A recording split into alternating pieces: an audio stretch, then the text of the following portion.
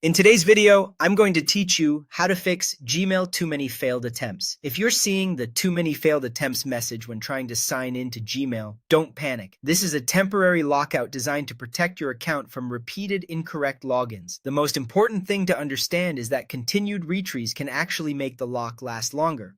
So the very first move is to stop trying to sign in. Give it a break. Waiting anywhere from 1 hour up to a full day is often enough.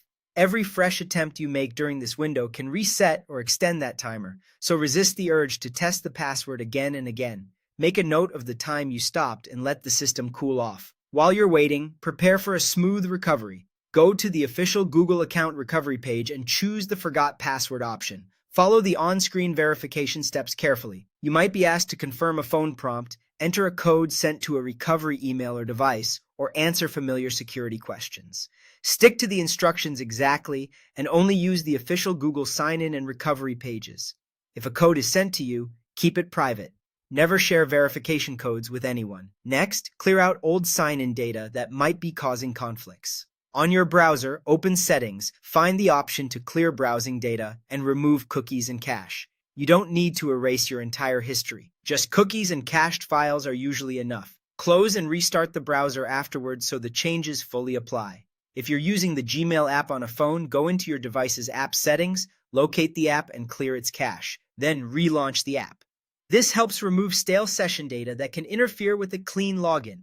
Now for the step that fixes this issue most reliably. Wait it out and try again later.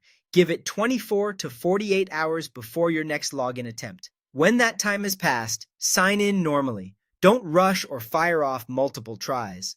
Enter your password carefully, ideally using a password manager to avoid typos. If you still have trouble, return to the recovery page and complete the verification flow again rather than guessing repeatedly.